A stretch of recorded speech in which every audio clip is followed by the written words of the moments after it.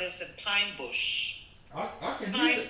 I can hear that up north accent.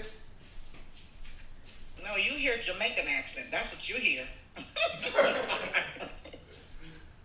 You hear a mixture of Jamaica, New York, the Bronx, and a little bit of the South. And I'm British, so you're Oh, hearing wow. a mixture of everything. You're all over. You're like 21 Savage out here. You know 21 Savage? I'm an international woman. What can I tell you? Hey. It's all good. Yep. So it's looking like it's me and you. This shouldn't be too long. Basically, like I Do said. I need to pull my resume or? Yes, that will help, but really not so much for today. I'll Okay. basically what I'm gonna do is I'm gonna show you. Are you on your computer right now? Mhm. I'm I'll home. show you some things using. Do you have Chat GPT? What is that? Ooh, yeah, we're about to get into it. So today, Chat let's go ahead and start it off. So today, we are going to optimize your resume for ATS, which is basically how jobs are finding candidates nowadays. So back in the early 2000s, 2010s, whenever these job boards posted jobs, there would be so many applicants that HR and different managers and people who made hiring decisions were getting bogged down just going through each resume physically by themselves. It's only so much a person can do throughout 24 hours. So what they did to combat this throughout the years as AI has gotten more powerful is that they've used AI to parse your resume before a human ever gets there. So back in the day, you used to be competing with, the fatigue of the manager. Can they get through enough resumes to even get to your resume? Nowadays you're competing with that human element as well as the technological element when it comes to artificial intelligence parsing your resume. And parsing is basically just going through and looking for certain keywords for industries, and after that, they will either approve or reject your resume based on the keywords that were there or were not there. So we're going to use AI against AI today to figure out, some keywords and some other things that will be useful in actually getting you and your resume seen by an actual person. Okay. Okay. And I'm so, familiar with the AI. I call it the AI interference. As far as the resume selections and all that. But I get it that they were, like you said, looking for a way to sort through and find those active or keywords. yep. But so yeah, but So before we get into that, we'll talk about just some resume tips outside of parsing. We'll talk about things that you should put on your resume. So let's look at keywords God is so good. I'm telling you, I watched for. a clip on Instagram yesterday, with a lady was highlighting the things that we need to remove from our um, resumes. Just the 5 things. She just highlighted 5 things, and Mm-hmm. here you go. Yep. So one of those things is, so a lot of these sites that are offering templates, when they offer a template for your resume, they're putting your resume in templates that have like blocks and tables, and all of Mm-hmm. this is bad for AI. You want as much plain text as you can, because whenever you put something in like a table, like a computer doesn't look at things the same way or look at data and consume data the same way that we consume data. So you want to have I'm glad you brought that up. one of the key things is you want to have a resume template that you don't have to necessarily put a bunch of tables in or have a bunch of different. You don't need it to be too stylized, because Gotcha. at the end of the day, it's only hurting you. Um, so yeah, so we'll do. So right now I have ChatGPT up. Are you able to see my screen? Yes, I can. Hmm. So right now we'll ask ChatGPT for certain keywords to optimize an IT resume.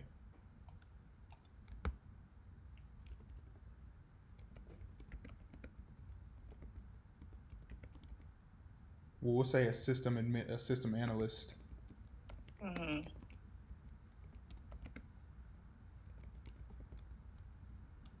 Optimize, and we'll put IT in there just to kind of. Narrow it down. Yep. And so it'll give you a bunch of these, and we'll stop at 50. Oh,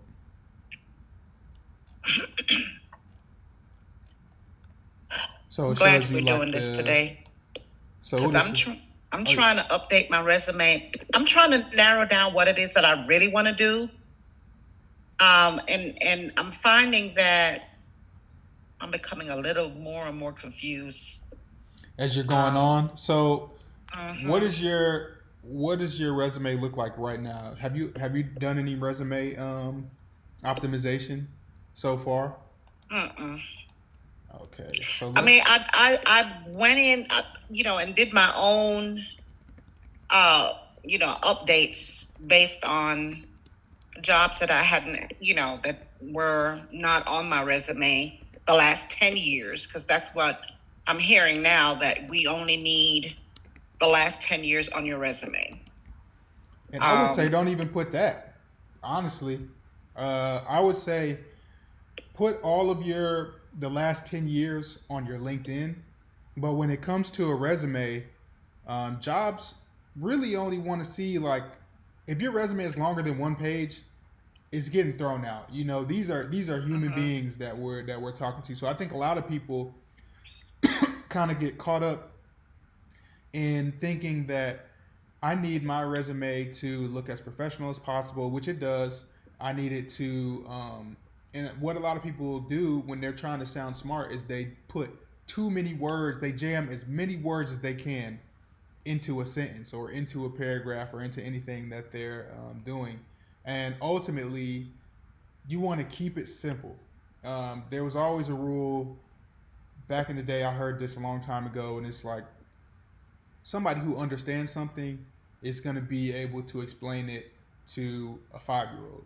They're going to be able to explain it simply. Somebody who is trying to sound smart and doesn't really understand or know the information is going to try to wow you with a bunch of technical terms and industry jargon, but in reality, they don't really understand what's going on. So the same is kind of true in resumes, where if a person is looking at your resume, they want to get to the point. They want to understand, okay, this person is a system analyst.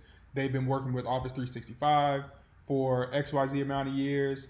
They're a specialist in Microsoft products. They are proficient in using cloud tools like Azure. And that's really it. They want to see like the top couple skills that you have.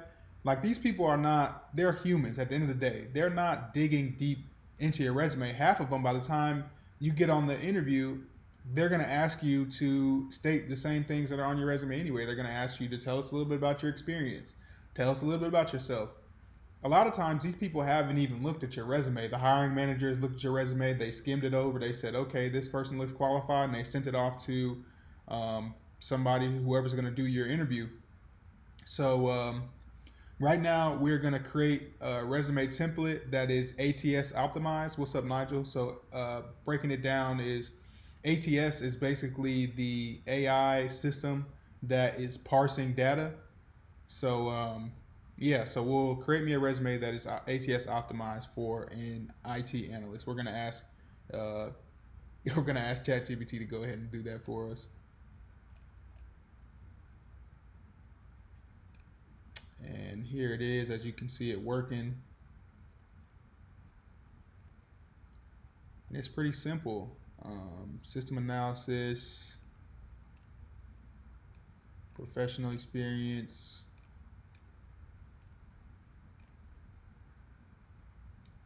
education. Okay.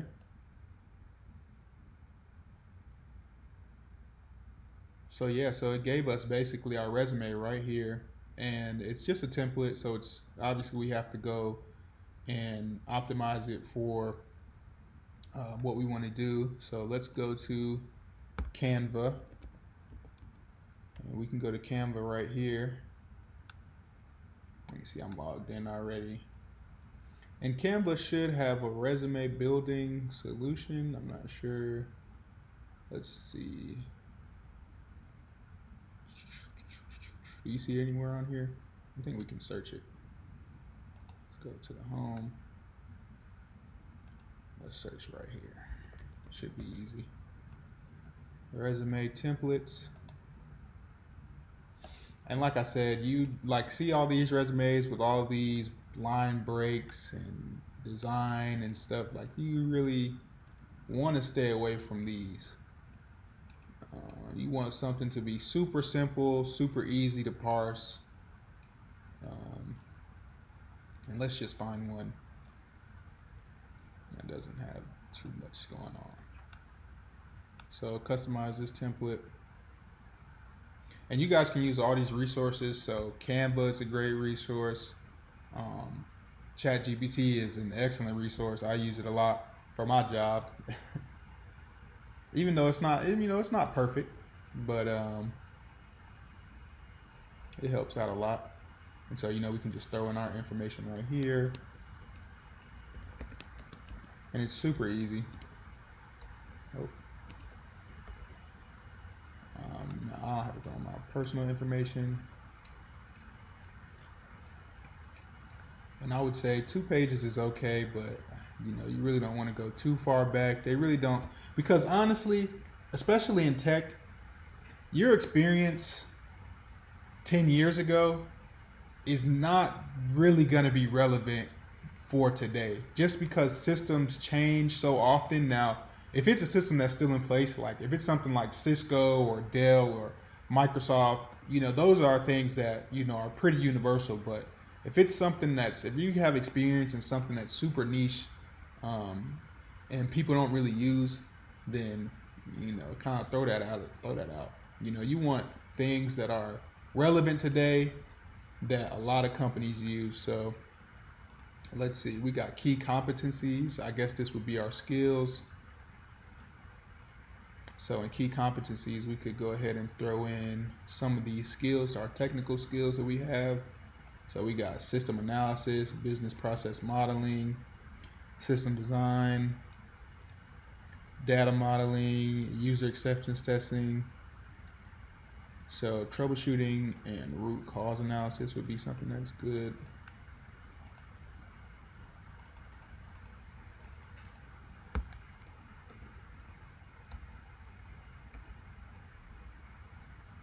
Let's see. Then we can just go down the list here and just change all these up.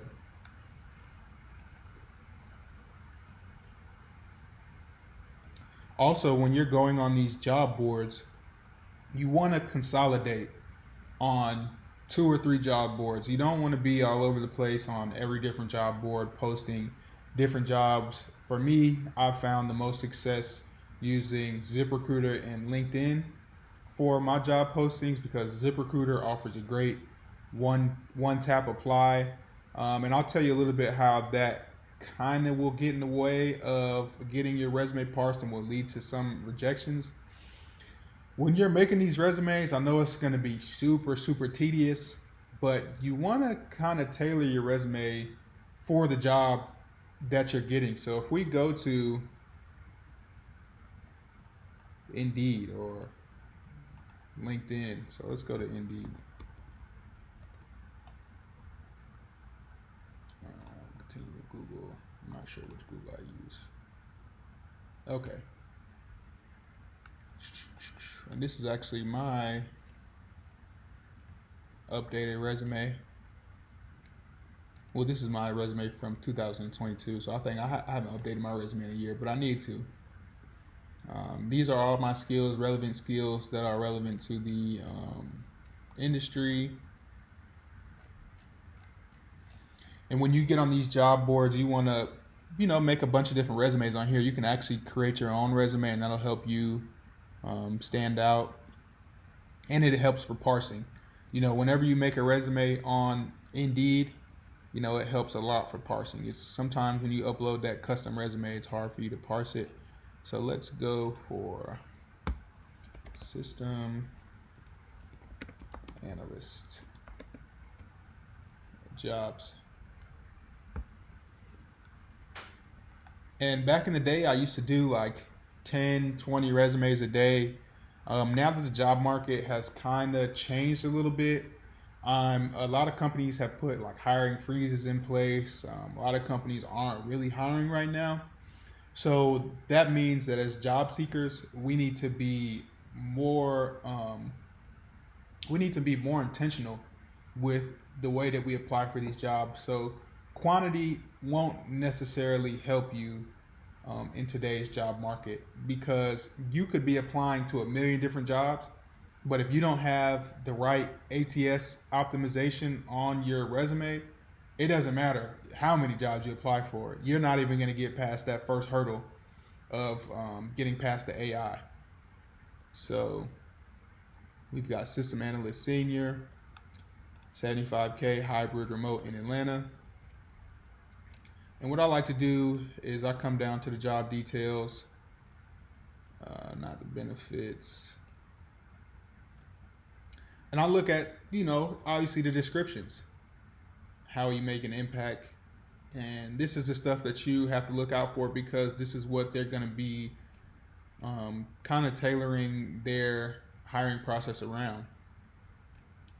Don't really worry about minimum qualifications when you're applying for these jobs. Minimum qualifications are like dating apps.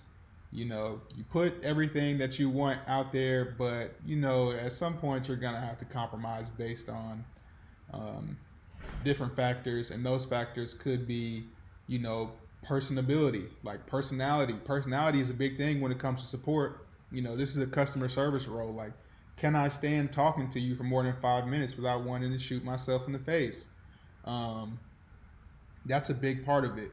So I'm not gonna lie, like a lot of my positions, especially like getting into IT early, I could say I probably was the personality hire for a couple of different places, just because I didn't necessarily have the technical knowledge to back up everything on my resume. But you learn and you grow, and you stay diligent with your studies, and you'll continue to advance, regardless of what type of qualifications you have.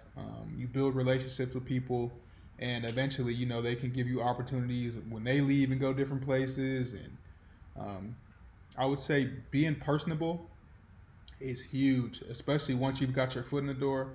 You want people to like you, man. You want people to like you. People can say that's fake, you're playing the game.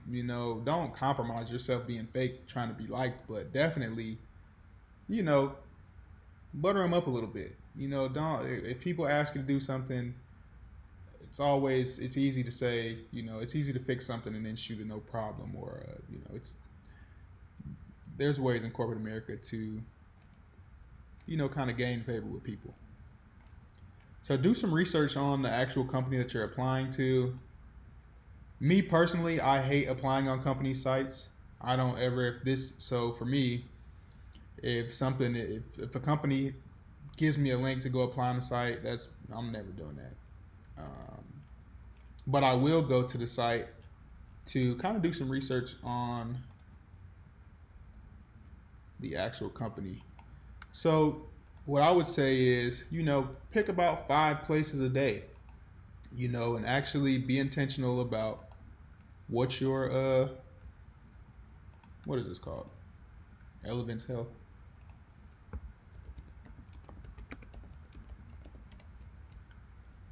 And it should be relatively easy to find them. Hit the site, see what they're all about, see who we are, what do we do. Obviously, they're a health company, but what's different about them? Because one thing that definitely wows recruiters and people who are working in HR is if you have some type of knowledge already of a place before once they reach out to you, they are going to do their little spiel. They're going to tell you who we are and how we operate. But having that background knowledge, doing a little bit of research is always good. It always helps out. Go to our companies, health plans. And so, so just do a little bit of research. You can go on Glassdoor. And Glassdoor will give you like great reviews based on you can look at how many employees they have. So they have 10,000 plus employees. So this is a relatively big company.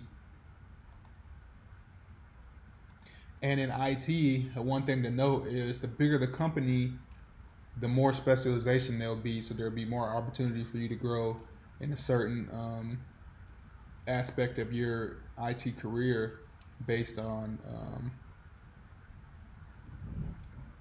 what they're asking you to do. So see, cons, large corporations. Got 3.7. That's not bad. Almost 4. But it's just like any other review site. You want to look at all the reviews. So not all of them, but enough to know like, all right. Everybody makes you sign in nowadays. Everybody just wants your information. All right, we're not doing all this. But go on Glassdoor.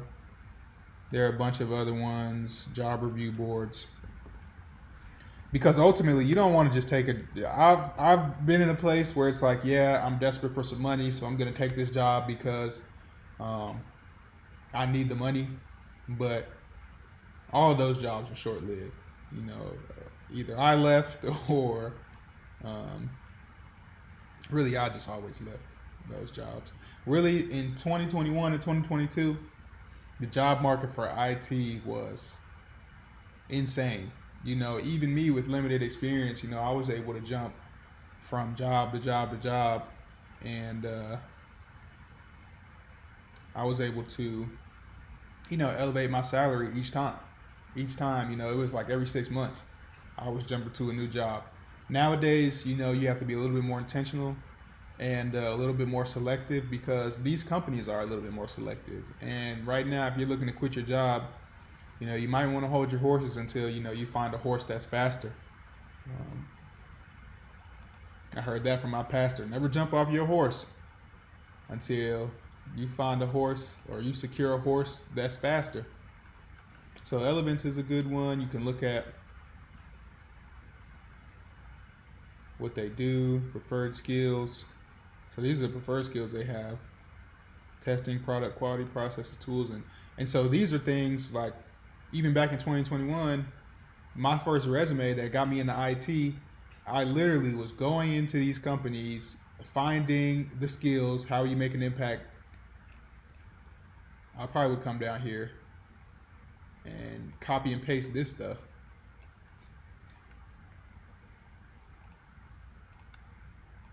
Into my actual resume,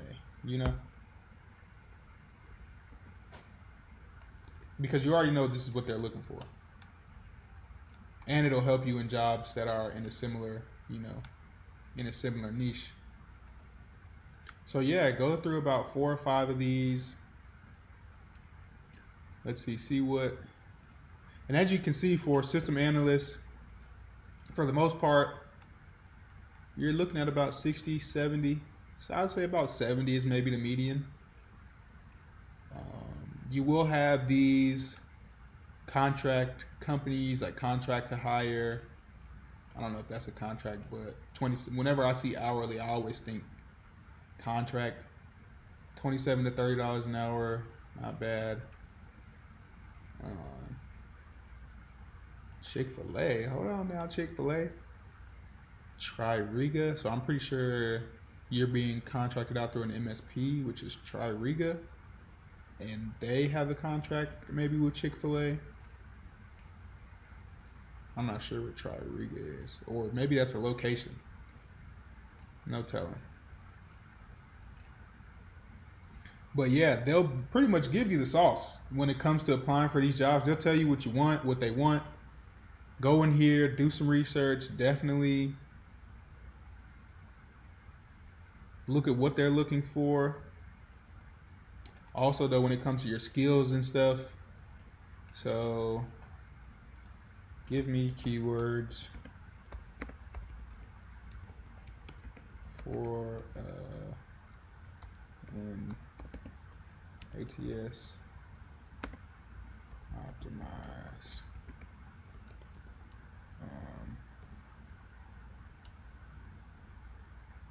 system administration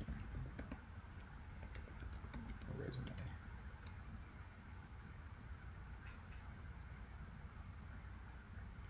Tools and technologies. And you want to be pretty specific with what you're doing. You know, you don't want it to be too broad. So like, I don't work with AWS.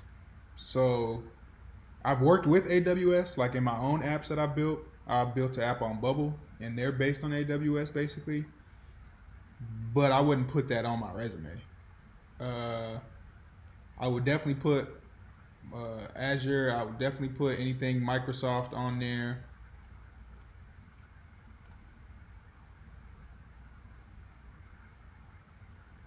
Server, this is all great.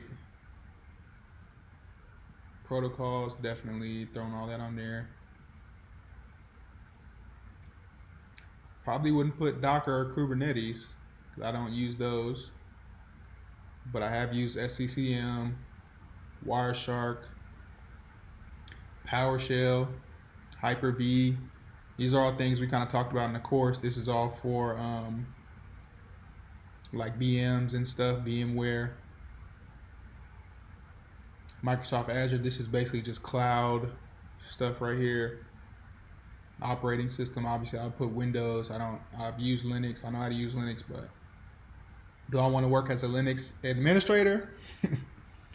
Probably don't have that breadth of knowledge, that depth, or as much depth, of knowledge in Linux as I do, working as a Windows server administrator, or maybe, working with some virtualization. Like, those are things that I could talk about pretty fluently. So all these things you want to be able to talk about relatively fluently, and that brings us up on our next point is, once you finally are able to secure an interview, the main questions they're going to ask obviously is, tell us about yourself. That's probably the first question everybody asks. Tell us about yourself. So you got to have your story in check. I would just, talk about the past 5 years. And usually I try to keep this as short and sweet as possible. I graduated from Ball State University. I got my first job as an internship. And from there, I was given an opportunity as a system analyst.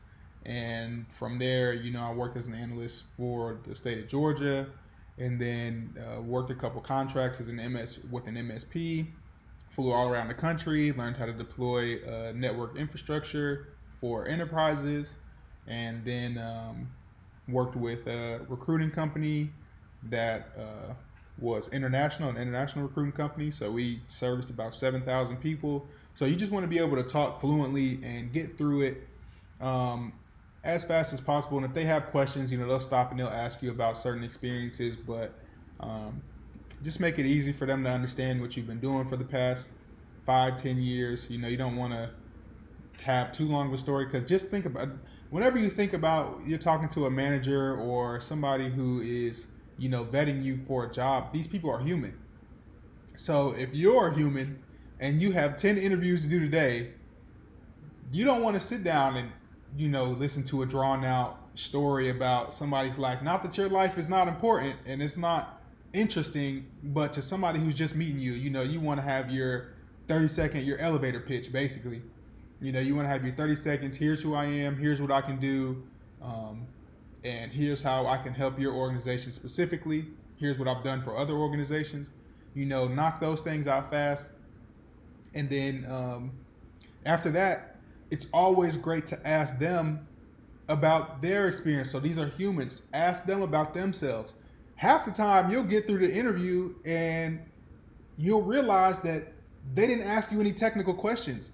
That's how I used to get by in a lot of my interviews. When I first started in IT, I knew I didn't know the technical information.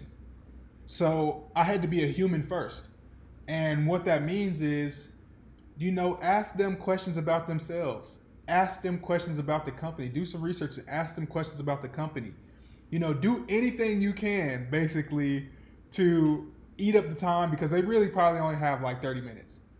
And so in those 30 minutes, if you take, 5, 10 minutes talk about yourself, or 5 minutes talk about yourself, 5 minutes talk about them, 5, 10 minutes talking about the company, then, you talk about things basically like, what are your, this is a question I used to ask all the time, is like, what made you decide to go with this company over other companies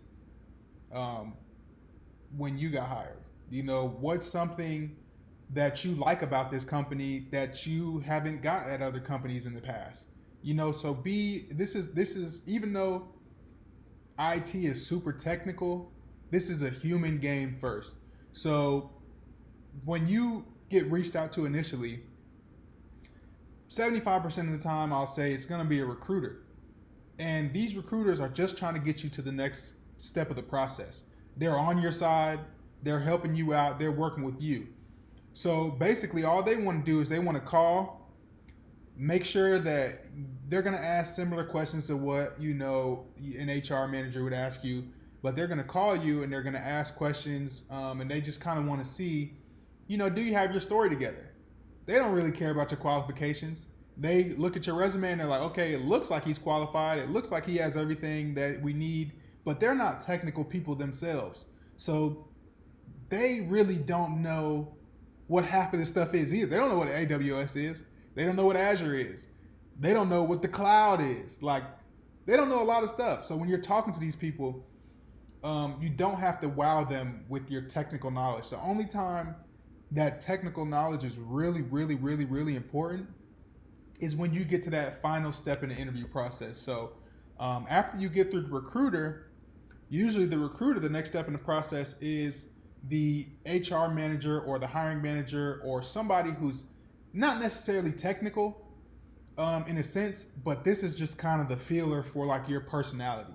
Especially in IT, like personality is huge. Like you have to be able to take a lot of shit, and not get flustered, because ultimately the job is people are coming to you with problems every day, all day, every day. And it's a problem that they can't solve. It might have been bugging them for weeks before they reached out to you. And they're frustrated. Your job is to be a problem solver, but on top of being a problem solver, your job is to offer a certain level of customer service. So when you're talking to these HR managers, try to be as personable as possible. Make a joke. I feel like I've always done great in interviews because I've always been funny. Honestly, like people like funny people. So, I'll crack jokes in an interview, like especially if I'm talking to somebody who's non-technical, they'll ask you some technical information, but they're just checking off boxes, honestly. They're not gonna really know if this is a real answer or not until you get to the technical portion of your interview, and that's the next step of your interview. The next step of your interview, the third step, and probably the final step, will be an interview with somebody from the IT department. And this is your technical interview. This is when you gotta have your stuff together. Well, at least relatively together. In these interviews, all the things that I've told you work with them as well. So if you can eat up the 30 minutes of the technical interview being funny and talking about their experience, as opposed to having it be a basically interrogation process for you, that's going to be the best thing that you can do for somebody who doesn't necessarily have the technical knowledge to back up everything that is on the resume. So, yeah, I'll say definitely for that third interview though, you definitely want to have your ducks in a row and be on your P's and Q's. A common question that they'll ask, I'll never forget, man, when I walked into, I think it was the health department for Georgia. And this was a job that, in hindsight, I'm glad I didn't get, because this was like, they were trying to pay like 40, 45, $50,000 to come in, and basically you had to work overtime and a bunch of, you had to be on call on the weekends. And, at the time I needed a job, but in hindsight, after having a couple jobs in IT, I'm like, they were really trying to get over. So in the interview, I remember everything is going great, man. It's going great. Like, I'm in there with the hiring manager, and everything was going great until he asked me one question. And that one question was, list out all of the OSI layers in the OSI layer model and describe them to me if you can. And I really believe that, the interview really kind of hinged on that knowledge right there. They had asked me a couple other things, and I kind of was able to, BS my way through them. But man, when it came to that OSI layer model, that was a killer for me. I was like, right after that, like everything was going good until like I listed off like a couple layers of the model, but I couldn't list them all off. It was almost like, all right, buddy, we're gonna finish this interview because we got 10 more minutes, but we're on to the next. So that was a big thing. For the technical portion though, don't be too scared or too skittish. Most of the information that they're looking for and they're gonna ask you about is in their actual description for the job. So proficient in writing SQL queries against databases. That would be something that I would brush my knowledge up on before I got in there. Familiarity with AWS. Use as much information as you can from these companies as a study guide before you get, especially if you get to interview.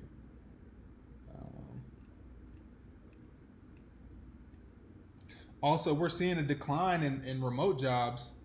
A lot of people are saying go back to the office, this and that. I'll say this in IT, a lot of these, you don't have to be in the office. Most of these, they're probably going to ask you to do like a hybrid, something hybrid where you're in the office once or twice a week. But nothing too crazy. Operations Systems Analyst, YMCA Metro. So yeah, we don't have to stay on here for an hour. We don't have to do too much today. I think I've given you guys some pretty good information. Use ChatGPT to find keywords, and you could even break it down and get more specific. Find me keywords or list me keywords.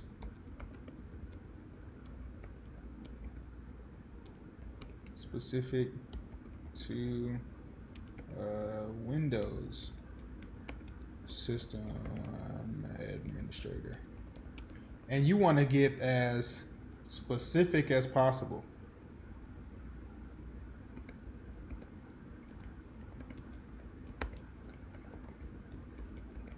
And ChatGPT isn't a person, so you don't have to talk to it like a person. Like, the sentences don't have to make sense as long as it's got all the words in there that are essential.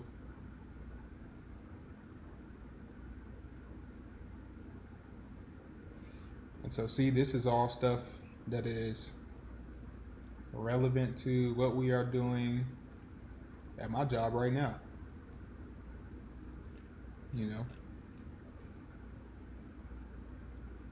Use action verbs, and it'll give you use action verbs like administered, configured, implemented. These are all troubleshooted. Troubleshooting is a big one. These are all things that ATS systems are parsing for. So definitely sign up with ChatGPT. It's free on OpenAI. Go to openai.com. It's easy to log into. You can use your Google authentication. You can make an easy resume template for free in Canva. Once you get your resume, you know, 2 pages, but don't 2 pages is cool, but don't kill them with like I would hate to be a hiring manager and I'm looking through resumes and somebody sends me a resume that is just filled to the brim, like 5-10 pages. Like, come on now, I'm not reading this, dude. You know, I would be looking like, all right, who's next? Who's next? Because if you can't explain what you do to me in simple terms that I can understand, you know, relatively concisely in under 500 words, ain't nobody doing all that. Ain't nobody doing all that. So, yeah, so use ChatGPT to your advantage. Use Canva. You know, fight AI with AI. I like to use Indeed and ZipRecruiter. I would say stay away from the easy applies. I had never had any luck I've been applying for jobs for 10 plus years. I have never got a response from a company site when I've applied, like on a company site, other than sorry to inform you, but we are moving on in our job. So whenever I see some companies going to like, okay, apply on company site, I'm like, all right, I'm obviously not meant to be here. You know what I'm saying? They probably have thousands and thousands of candidates. There's no telling how many candidates a lot of these places are getting. Salvation Army. What are they offering? Yeah, if they don't put the money in there, it's real calm for that. It's real. If you don't put the money, tell me what you expect me to make up front, and then we'll negotiate from there. Usually they'll try to negotiate you to this lower end. You know, when they ask me what I want, and I know that you're paying $86,000, I'm saying $86,000. If you ask me, if you don't put anything, and some of them ask you like, what's your required salary? Oh, I'm hitting them over the head. I'm saying my dream salary. I'm hitting them with the 250, 300. You know, I need that. I need all of it. You know, because you didn't set the precedence. You know, if you set your preference and say, this is how much I have allocated for my IT department, this is how much we're going to pay a system administrator, you know, that is more professional to me than asking me what they're looking for you to lowball yourself. Like, never, ever lowball yourself, especially in IT. This is skilled labor, highly skilled labor. This isn't like just Joe Schmo walking off the street and saying he can do X, Y, Z. No, you are gonna be faced with complicated issues, like super complicated issues. Things that you're gonna be like, when you find the fix and you talk to other people, they're gonna be like, you're speaking gibberish. Like, you're not speaking English right now. Like, I hear conversations every day from different analysts and different techs and managers, and even my manager. He had a conversation today, and I'm like, are you speaking English right now? Like, are we speaking the same language right now? Because a lot of this stuff is really, really complex. So don't sell yourself short just because you know that you're new and you're coming in. Nobody else knows that. You know, the only person that knows that is you. And they won't find out until you get on a job. And ultimately, they won't find out for a couple months because it's their job to train you. And if you can learn fast, they'll never know. You know, I'm pretty sure they probably did know in some of the other places that I was at. Like when I was at the Department of Labor, they did a really good job of the people there just helped me just learn the stuff that I needed to learn. They never like berated me or made me feel less than because I didn't know something that maybe I should have known, you know, at least not to my face. You know, they always kind of took me under their wing and were like, hey, okay, you know, this is how you encrypt and decrypt BitLocker using PowerShell. This is how you add the VPN. This is how you put the device back on the domain. It fell off the domain. You know, these are some common things. You know, they always kind of help me out. And that's kind of like a common thing in IT. Like, unless you're just like a stick in the mud or you just can't really learn fast, people will work with you. You know, People will work with you. They will get over on you now. They will, put you on some dummy missions where it's like you're doing super tedious work or you got to clean up XYZ, but man, you're getting paid to do all this stuff. And you're getting paid relatively well. So it's a lot better than, some other jobs that I've had. Not, saying anything about like people who move, houses and stuff because everybody needs that. But man, when I was working for bellhops and I was moving people houses like mansions for $100, $200 at a time, it wasn't coming back at the end of the week with like maybe $500 to my name. I couldn't live off of that, and I was working hard and breaking my back, basically to make ends meet. In IT, it's not necessarily like that. Since I've been in IT, I haven't necessarily had to worry about paying my bills, just daily expenses. If I need something, I can go and get it. Prices are rising and things are getting more expensive, but and I may not be able to do everything that I want to do, but I'm not worried about things that I need. I'm not worried about like, can I put food in the fridge? I'm not worried about, can I pay rent this month? Can I pay for my car this month? Like things like that for the past 2 years have not really existed for me. Now I've had like other things that are self-inflicted, but even those things, I was able to manage the money I was making on the salary that I was making, and all of that stuff has been taken care of. I got great credit. I'm not, in collections for anything. I don't have debt for real. Like these are all things that kind of come with the territory when it comes to getting in this field. You're going to be paid a living wage for the most part. Maybe not at the entry level. I know $50,000 right now can be tight, but just know that that's temporary. If you keep learning and you keep growing, that should only be like a 6-month experience, and then after that, you should be able to compete with these higher paying jobs because you have a little bit more knowledge and a little bit more to talk about when you get in these interviews. So we're right at 44 minutes, going on 45 minutes. I got a question real quick, Aaron. What's up?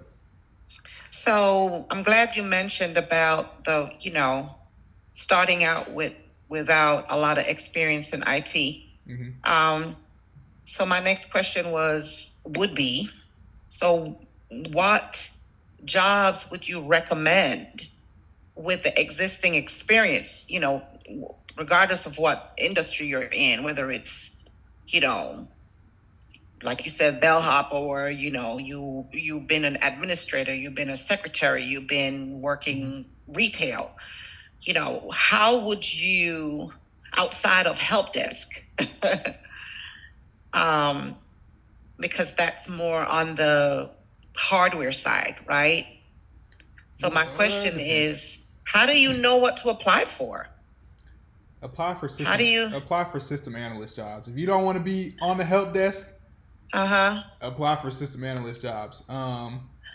Because IT technician, help desk, I was fortunate enough, I was able to kind of skip that process. My first gig in IT, I was basically flying around the country with the MSP, a managed service provider, and setting up like nursing homes. We would go in and upgrade their network infrastructure. So we would replace switches, replace firewalls, connect printers, and just do all that stuff. I would say you do want to, if you don't have any experience at all, and you want to get into IT, I would say the lowest hanging fruit, the lowest barrier of entry is going to be at that system analyst position. And a lot of those positions are not like, even though they are similar, they are kind of the same thing. A lot of those positions are not like a help desk where you're going to be answering 90 calls a day. That's just not it. I think really system analyst has kind of taken the, even though it's a new name, it's just a new description for, your IT technician that you would see at any corporate office or any type of small business. Now, depending on what type of business to look for, now I would try to get in at a bigger company that has like documentation, that has a clear training path, because that's going to be huge for you. I kind of had to hit the ground running and threw myself in the fire unintentionally because I didn't really have all the knowledge to know that like when you're working for these smaller organizations, your scope of work broadens because you don't have the manpower basically to specialize. So even where I'm at now, which is it's a mid-sized company, you know, I have a broad set of skills based on having to service a broad set of problems. So I would say system analyst is your best bet as far as like applying for a job today and getting a job today. I would say system analyst. Um, Okay. Definitely. And yeah, I mean, I know everybody wants to kind of avoid the help desk and avoid, you know, the hardware side of things. But look, if you didn't get a degree in this, like these are fundamental. It's gonna suck. It's gonna suck the first 6 months, you know, when you're getting in and you're learning and you're bumping your head and every day you're going in and you're like seeing something that you don't understand. I mean, even up to this point, I've been in this for 2 3 years now, and I still see things every day that I'm like, how do I fix this? You know, but that's part of working your muscle. You know, your brain is a muscle.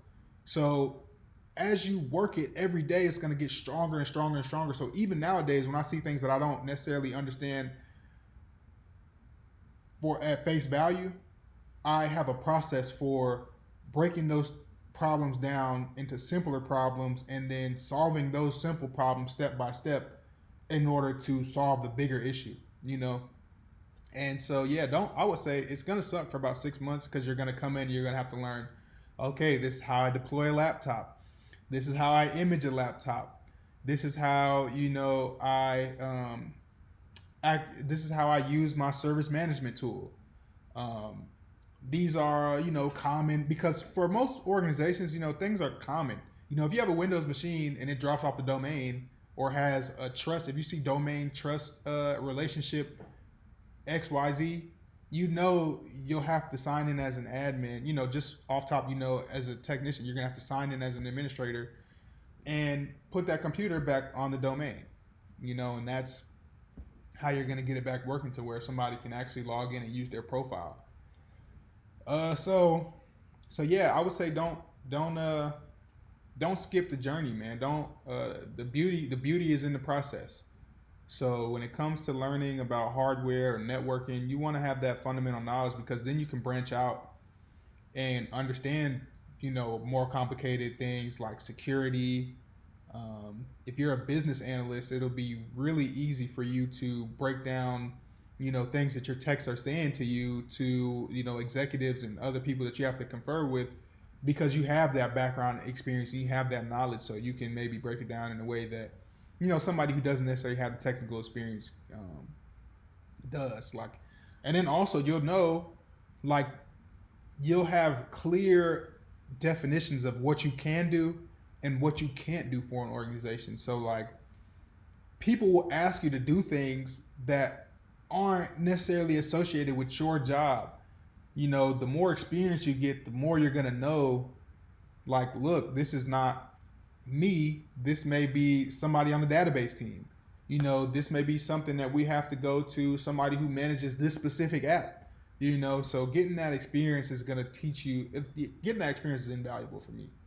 Like when I was flying out, I didn't know a lick of nothing. Like I didn't know a lick of nothing. I think the first problem I saw that I really was like, I don't know what the hell this is, was the domain trust issue.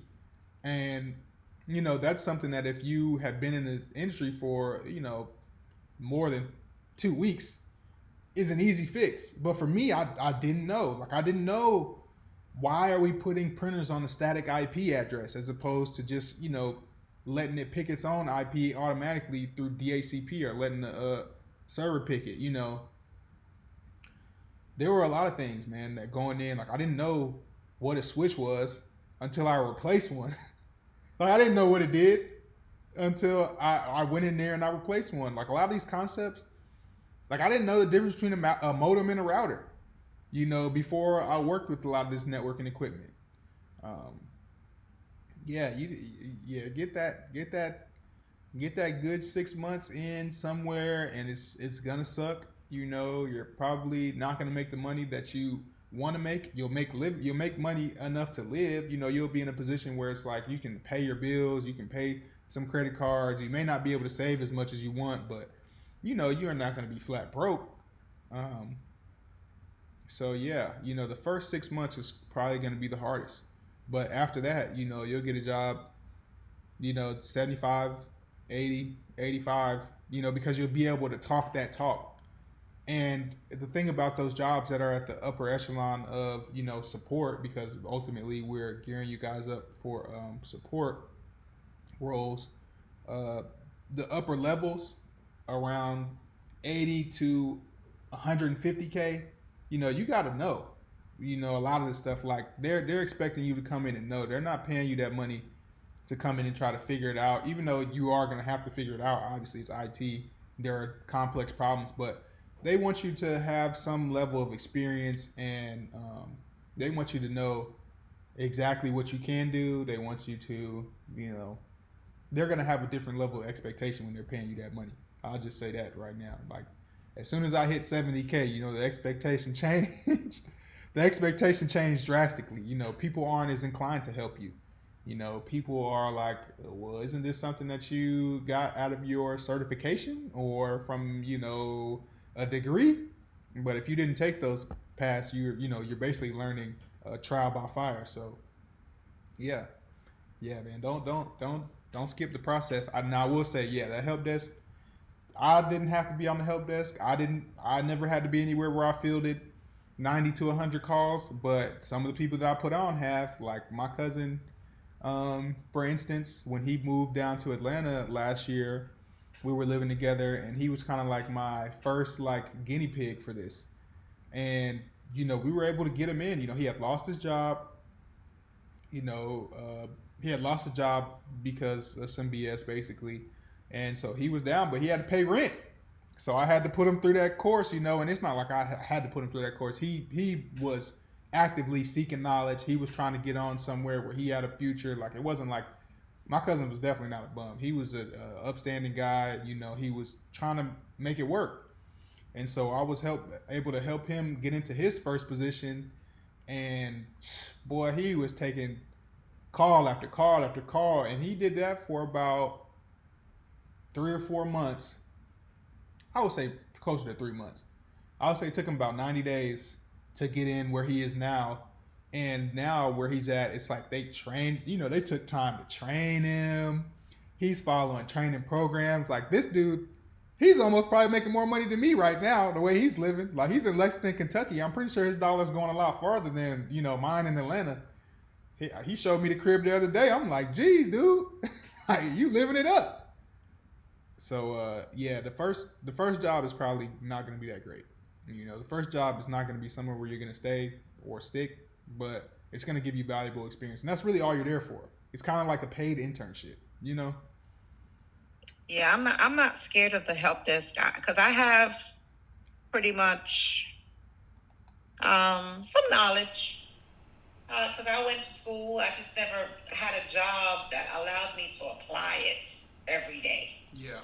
But I know how to like set up my home, and if I'm at work and there's a technical issue, they feel confident to call on me and stuff like that. So I wouldn't shy away from the help desk, because I know it's a good way to get your foot in the door. But I just wanted to. I like to have options. Yeah, I would say if you want to avoid those jobs that you're making 190,000 calls a day, yeah, no, don't put help desk in Indeed or ZipRecruiter. Put in system analyst. Okay. Put in system analyst, because system analyst jobs are more so like corporate technicians that are servicing, the employees, for these corporate enterprises. So yeah, definitely. I think he was with. No, I'm not gonna say the company name. I'm not gonna say the company name, but yeah, that job, I remember watching him every day, and I'm like, that job sucks.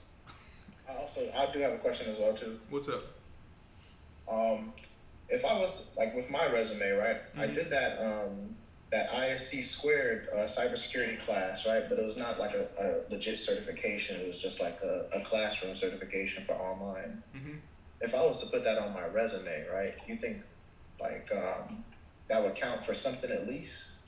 Because Yeah. I've been applying for a lot of help desk IT jobs, and I haven't been really seeing a lot of like, you know, Yeah, man. It's the market has slowed down a lot. 2021, like a lot of jobs right now, just have hiring freezes altogether.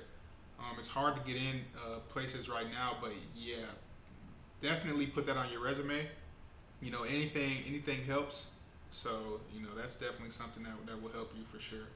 But also, just be ready for those questions too, though, because once you put something on your resume, they're gonna ask you about it. They may just pick three things off your resume and ask you about them and say, "What are these? Talk to me in depth about these three things." Like I remember somebody asked me one time, like super broad. He was like, "Tell me about your experience working with email servers, and okay, how did you set up an email system at your? How is your email system set up? Like so, just be cognizant when you're throwing this stuff in your resume. Somebody's gonna ask you about it. So, but also don't be discouraged either, though, because even if they ask you about it and you don't get that job, at least you learn for the next job. Like I need to have this. I need to be on point when it comes to Right. this. That's how I got in. Like I was doing I was doing a lot of interviews, and each interview, I was learning something new. And I had something from that interview where I had to go and be like, okay, let me go look up DNS. Let me go look up TCP/IP.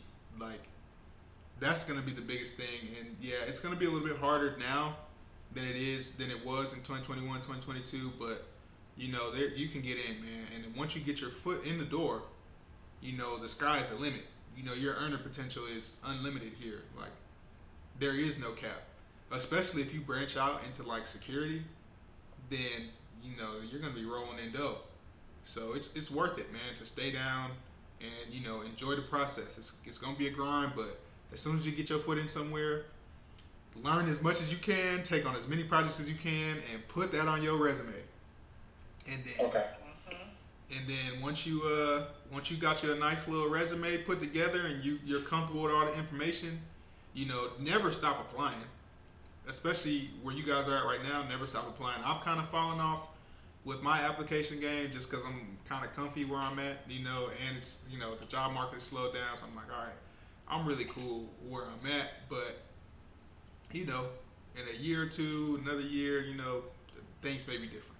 So, and I'm pretty sure things will come around too. Like once interest rates start dropping, a lot of these companies are trying to protect their returns. So, that's really what it is. They want to make their money. They want to keep making their money year over year. So they're looking. The biggest expense for companies and corporations are employees. So it's labor. Like that's the biggest expense. So that's gonna be the first one that they're gonna try to cut in hard times. But times are changing, man. It's a pendulum. Times are hard right now, but in a year, things ain't gonna be as hard.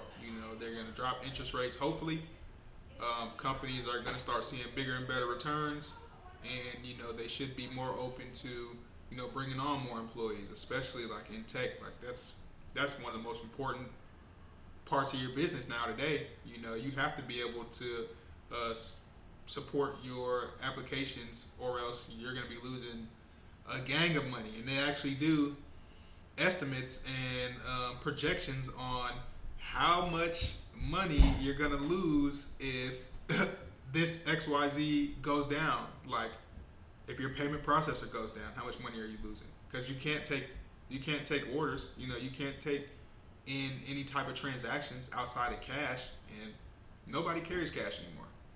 So you're just gonna lose all that business. So yeah, you got a lot of leverage right now as an analyst or somebody who's working in the technical field. And this is a technical, like I said, this is a highly skilled trade. So you're gonna get paid like it. If you have the free time, you think I could possibly send you over, like, because I have two resumes that I use. Could I Mm-hmm. just send them over to you so you could just look at them and be like, okay? Yeah, and we'll do. So Thursday, I kind of want to open up. I have a consultation that I have to do with a client. So I'm gonna be going to look at this place. We're gonna deploy some equipment there, but we probably won't do a meeting. You guys can just reach out to me, and we'll do our own like one-on-one. So it may be a little later in the day that I'm available, because I know. Well, it depends on when I go to this consultation, because I may go during the day.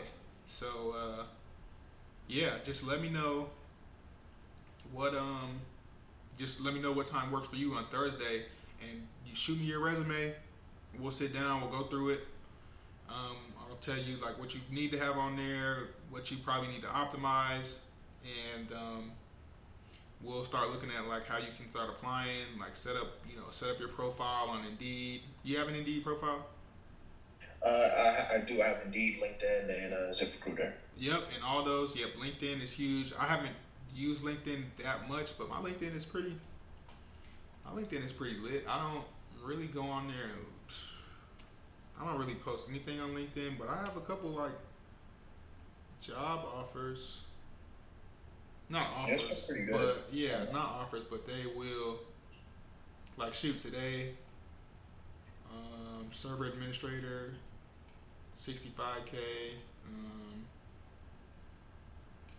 Senior IT system administrator opportunity. Really got to check my LinkedIn more because people hit me up all the time. LinkedIn is actually busting though, man, but I just haven't had too much luck. I think I had one guy try to scam me. He was trying to get like my social security number. And I'm like, dude, come on. I'm applying for jobs in cybersecurity. What makes you think I'm about to give you my social security information just willy-nilly like this? He's like, oh, no, it's for it. I'm like, yeah, whatever, dude. I gave him a fake number. I gave him a fake number. I was like, all right, yeah, hit me up when you hit me up. Man, I never heard from them people again, man. He was like trying to, it was I don't know. But yeah. I probably need to go through and start adding some of these people. That's probably it. Okay, she look information security. The one thing that always kind of baffles me though, and it kind of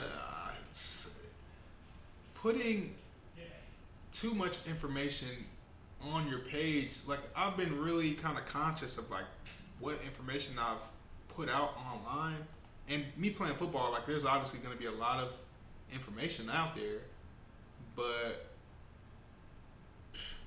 man, we gotta go through and just, be diligent, man.